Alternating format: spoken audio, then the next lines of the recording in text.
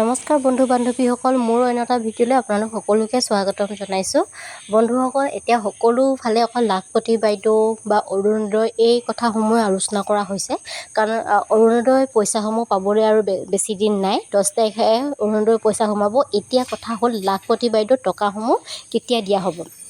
সকলো ফালে বহুত ধৰণৰ ভিডিঅ' বিয়পি পৰিছে যে কিছুমানৰ মেছেজ আহিছে, কিছুমানৰ মেছেজ অহা নাই। মেছেজ অহাসকলে পাব কনফাৰ্ম বুলি কৈছে আৰু মেছেজ নহাসকলে নাপাব। এনেকুৱা ধৰণৰ বহুত কথা আপোনাৰ ছ'চিয়েল মিডিয়া আপোনালোকে দেখা পাব।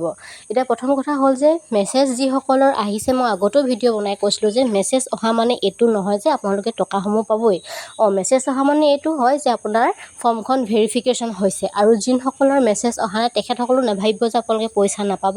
হয়তো কিছুদিন দেৰি হৈছে, কাৰণ আমাৰ এই ডিব্ৰুগড় ছাইডৰ এৰিয়াত এতিয়াও গোটৰ মহিলাসকলে কিছুমানে পাইছে, কিছুমানে নাই পোৱা। কিন্তু লাহে লাহে মেছেজসমূহ আহি আছে, একে গোটৰ হ'লেও পিছত মেছেজসমূহ আহিছে। গতিকে সেই কথাটো আপোনালোকে এবাৰ মনত থওক যে মেছেজ অহা মানে পইচা পোৱা নহয়, আৰু মেছেজ নহা মানে পইচাটো যে নাপাব সেইটো কথা নহয়। এতিয়া 40 লাখ মহিলাৰ ফৰ্মসমূহ একেলগে চোৱাটো সম্ভৱ নহয়। গতিকে সেইবোৰ লাহে লাহে কামবোৰ হৈ আছে, আৰু মেছেজ অহা মানে হৈছে আপোনাৰ ফৰ্মসমূহ ভেৰিফিকেশ্যন হৈছে। তাৰপিছত আৰু প্ৰচেছ আছে, ইণ্টাৰভিউ আছে আৰু কিবা কিবি থাকিবও পাৰে, মই নাজানো ইমানকৈ। কিন্তু এইখন অহা মানে পইচা পোৱা নহয়। আৰু আপোনালোকৰ যদি মেছেজ অহা নাই, আপোনালোকে এটা কাম কৰিব পাৰে, আপোনালোকৰ মহকুমাৰ বা গাঁও পঞ্চায়তত গৈ পিনে আপুনি খবৰটো জনাব পাৰে বা আপোনাৰ নামসমূহ চেক কৰি দিব পাৰে যে আপোনাৰ নামসমূহ কৰ্তন গৈছে নেকি বুলি। এনেধৰণৰ কথা আপোনালোকে আলোচনা কৰিব পাৰে আপোনালোকৰ গাঁও পঞ্চায়তৰ, তাতে আপোনাৰ চাই দিব পাৰে। সেইটো আপুনি কৰি ল'ব পাৰে, বেলেগ কোনো ধৰণৰ উপায় নাই ইয়াতে।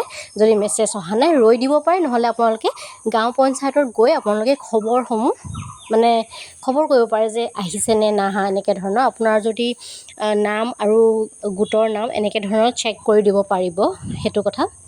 এতিয়া কথা হ'ল যে পইচাসমূহ দিবনো কেতিয়া।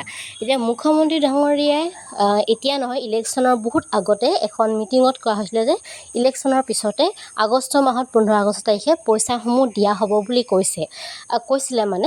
এতিয়াতো কোৱা নাই, এতিয়ালৈকে কোনো ধৰণৰ অফিচিয়েল ডেট এনাউন্স কৰি দিয়া নাই যে এইটো তাৰিখে দিব বুলি, কোনো ধৰণৰ কোৱা নাই। এইটো আপোনালোকে মনত থৈ দিয়ক যে কিন্তু আগষ্ট মাহত দিয়া এটা সম্ভাৱনাহে আছে দেই, সম্ভাৱনা কৈছোঁ।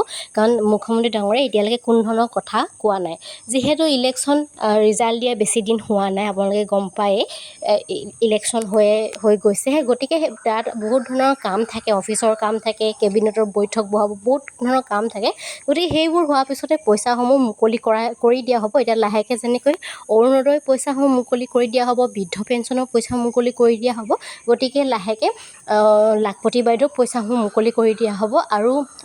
আৰু যি 2 লাখ টকা যুৱক যুৱতীক, নিবনুৱা যুৱক যুৱতীসকলক টকা দিয়া কথা আছে, সেইসমূহ পইচাসমূহ মুকলি কৰি দিয়া হ'ব। গতিকে এনেকুৱা বহুত স্কীম আছে চৰকাৰৰ ফালৰ পৰা, যি লাহে লাহে মুকলি কৰি দিয়া হ'ব।